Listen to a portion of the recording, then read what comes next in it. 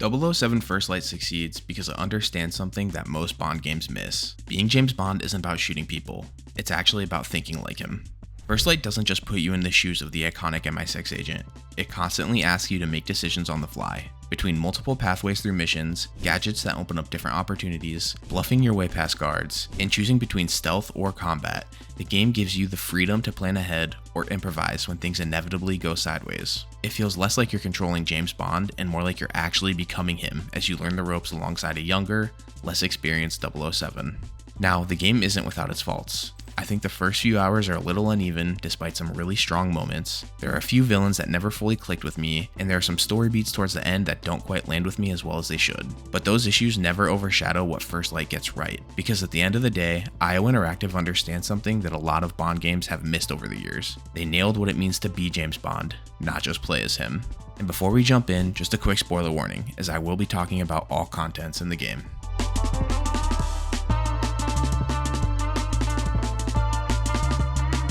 So I found this game to be such a refreshing change of pace from what most AAA studios have been putting out lately.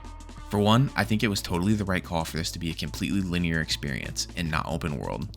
The game basically puts you on a track at the beginning and you ride it all the way to the end, and what a wild ride it is. 007 First Light sinks its hooks in you right away from the opening mission. Bond survives a plane crash and is immediately forced to help Moneypenny and MI6 retrieve some sort of intelligence. It's a great introduction to the game because you're thrown right away into how the rest of First Light will work, and you choose how to infiltrate this base and complete the mission. Right after the first mission, you're put into the MI6 program and given a tutorial of sorts to learn the gadgets, combat, stealth, mission design, and whatnot. And this is one of the hiccups in the game for me, because while I think some of the training montages are cool, and you need some time with the rest of the 00 crew to become familiar with them, it overstays its welcome. It's not terrible by any means, and I don't think they did it for the sake of padding runtime, but after the final capture the flag mission, then you go to the apartment sequence, and then you do a training at the club, I could just notice myself starting to slip a little bit. I remember thinking to myself, when do the real missions start? So I think it falters a little bit there with its pacing, mainly because the intro is so strong, and the game forces you to slow down a bit for a few hours.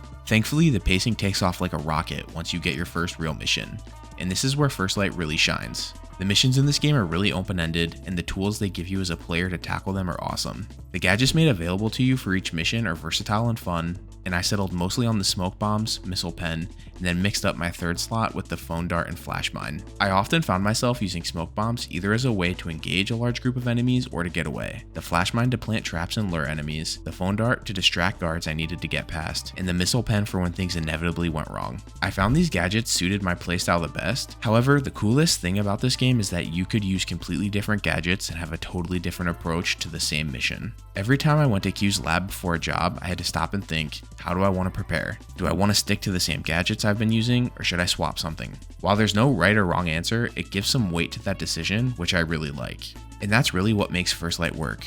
Almost every system in the game is designed around giving you the freedom to think like James Bond, not just play as him. The bluffing mechanic is probably the best example of this. There are a few times during my playthrough where I was trying to stealth my way through an area, only to accidentally get spotted. In most games that means the jig is up and you're fighting your way out. Here, you can actually bluff your way through the interaction and potentially save the situation. It makes stealth feel fluid and reactive because when things go wrong, you still have options. It's such a good feature to this game. The same thing applies in the dialogue systems. There's a really intense exchange you have with Damien where you're captured and you need to keep him talking long enough to remotely hack his phone. You have to choose dialogue options that provoke him and stall him without pushing things too far. I just thought this was such a cool sequence because it made me feel like I was actually playing the role of Bond rather than watching him do Bond things in a cutscene. Even the combat follows this philosophy. There are multiple times where you're fighting 2 or 3 dudes at once, and every hit carries so much weight that it feels real. One thing that's especially notable is the use of the environment. You can grab people and bash their faces into walls, shove them over ledges or countertops, or charge at them and knock their guns away.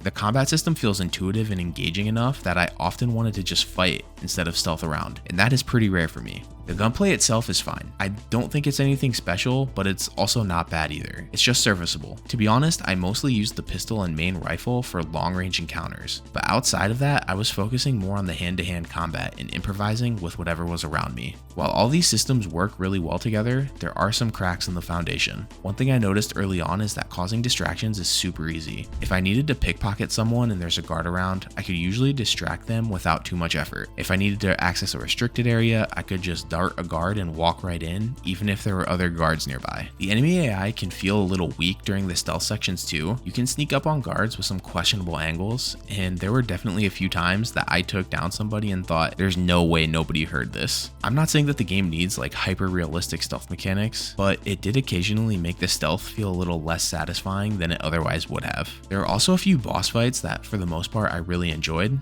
I think it's a cool use of the game's mechanics to force you into a stealth focused boss fight with one of the Murto twins. You essentially do a variation of that same fight again later with Damien, which I think kind of stretches the formula a little thin, but I also didn't actively dislike it. I was mostly just indifferent. It's honestly hard to describe the exact genre of 007 First Light because it pulls from so many different ones. You have immersive sim elements with the freedom to approach situations however you want, but then the mission completely falls apart and suddenly you're in the middle of this huge action adventure set piece. One moment you're sneaking through a facility, and the next you're jumping out of planes, fighting 10 bad guys at once, or chasing villains through a supercomputer. The scale of some of these missions genuinely made my jaw drop.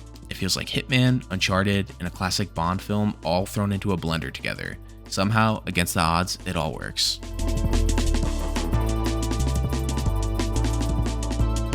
Aside from the gameplay, I think one of the biggest strengths of 007 First Light is that it feels respectful of your time in a way that most bigger games today don't. The story is only about 15 hours long, which I personally liked, and between the tax sim and the different ways that you can approach missions, there's still plenty of replay value here. More importantly though, the shorter runtime means the story moves at a brisk pace and rarely feels like it's wasting your time. I think it's really cool that we got an origin Bond story here, because he is this flawed young gun that is learning the ropes, and we as the player get to come along for the ride. The supporting cast surrounding him is also really good. I really loved Greenway's character arc in this game, as someone who was really opposed to Bond at first, but warmed up to him eventually, and then they became friends. Like, the writing and journey is really good here. Even with the shorter runtime, it's so well done that I felt really good about where it ended.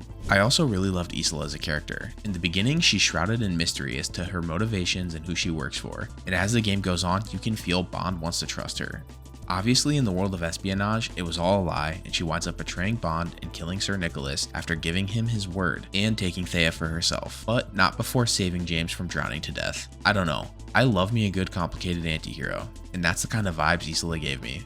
She constantly kept me guessing, and I was never really sure where her loyalties actually were. It seems like she's there to help set up some kind of sequel, so I really hope we do get that now as well. The last main character I want to talk about is Damien, because I felt a little conflicted about him. On one hand, I think his story arc is really compelling. I love the concept that the AI company his father created is built on lies, and he's forced to fix Thea's mistakes to make them real. In every interaction you have with him, you can feel the animosity he has towards everyone, most likely because the shit he has to do for his father that will never love him. He gives off psychopath vibes in the best way possible. On the other hand, it felt a little too soon to bring him back from the dead to be the final boss. I'm not sure if it's a runtime issue or a pacing issue, I just felt it was a little fast for me. From a high level perspective, I think it makes perfect sense and is super dope that he survived the fight with Bond the first time, and then he comes back in a mecha suit to destroy MI6 and take Thea because he has nothing left to lose. It just felt like we arrived there really quickly, because the game jumps from major story beat to major story beat without much room to breathe.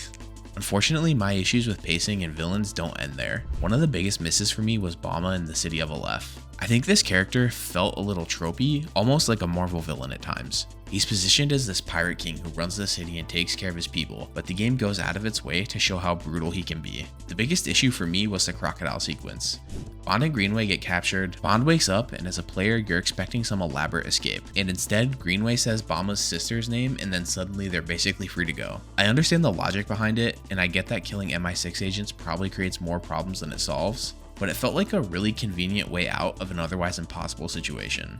It's one of the few moments where I felt like the story kind of tripped on its own shoelaces. That said, these moments were the exception rather than the rule. Aside from a few pacing issues and some villains that didn't fully land for me, I think this story as a whole was really great. I also love how relevant the central conflict feels to modern day life. The idea that intelligence agencies are relying on an AI program that can get information wrong, forcing the people behind it to either cover up those mistakes or risk losing everything, is a really compelling premise. Between the story being so engaging, the cast of characters, and the incredible gameplay, I think this is one I'll be coming back to sooner rather than later.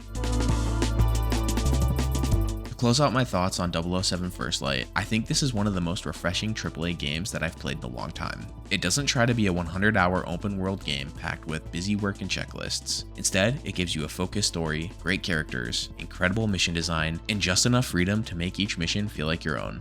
What impressed me though is how well IO Interactive understood the assignment. It would have been really easy to make a standard action game with James Bond slapped on the cover. Instead, they built almost every major system around player choice. Whether it's the gadgets you bring to a mission, the way you approach stealth, or even the dialogue options, the game constantly encourages you to think on your feet and solve problems your own way. Now that's not to say the game is perfect. I think the opening few hours drag a little longer than they should. Some of the villains don't quite land as well as others, and there are a handful of story beats that feel a little rushed or convenient. But honestly, those criticisms never stuck with me for very long because everything else is executed at such a high level. Between the gameplay, the story, the mission design, and just how much it respects your time as a player, 007 First Light is an easy recommendation from me. It's the kind of game that reminds me of why I fell in love with gaming in the first place. It's focused, replayable, and confident in what it wants to be. As for my rating, I'm giving 007 First Light an A+, putting it at the top of A tier. Not only is it one of the best games that I've played this year, but it's firmly planted itself in my Game of the Year conversation.